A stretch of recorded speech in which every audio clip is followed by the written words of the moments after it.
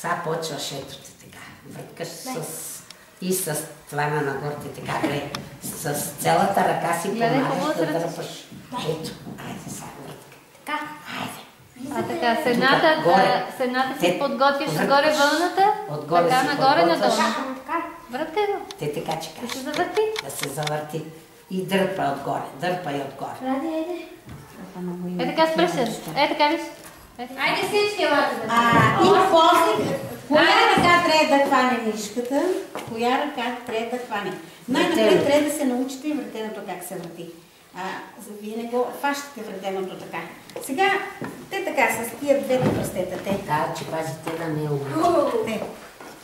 И това усуква нишката, ето. Това усуква нишката. Върткаш си, учите да са ти у ръката на нишката. Пръстите да ти определят дебелината на нишката. И като некога така и можеш да си кажеш те така. Мушка, гледай, ти не гледай на друго место. Нали тук искате да гледате? Ето. Определя си нишката, както ти е тръгнала отдоле, да ти е тъничка, да не има така слабки. И после се усукат и така.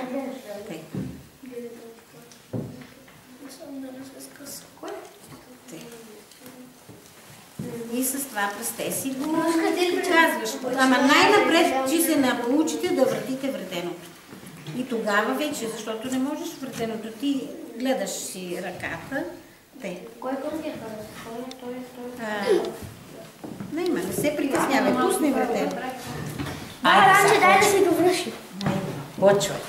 Айде, Васко, тук си Я съм си добре тук. Добре.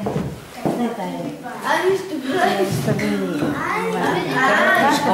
Тук че въртиш, тук че държиш на пъпката. На главичката. Всъщност на нас дарахме време, нали?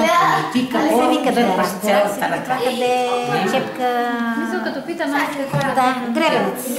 Гребенците работят ли? Дали по техния край е така? Така се казваше гребенец за вълна. Ето така. Малко. Госпожо, така и Тук така с тия двете. Изгоре. Тук няма да гледаш въртенето. Само тук че гледаш. Тук ръката сече си дърпаш така. Ето сече въртиш. Тук че гледаш, а не въртено. трябва да наука, ако искаш ти па. Гледай, чакай. Те така сега. Те така помагат, че се трябва да се свърши тая. Рани, остригите. Че вържеме на друга така.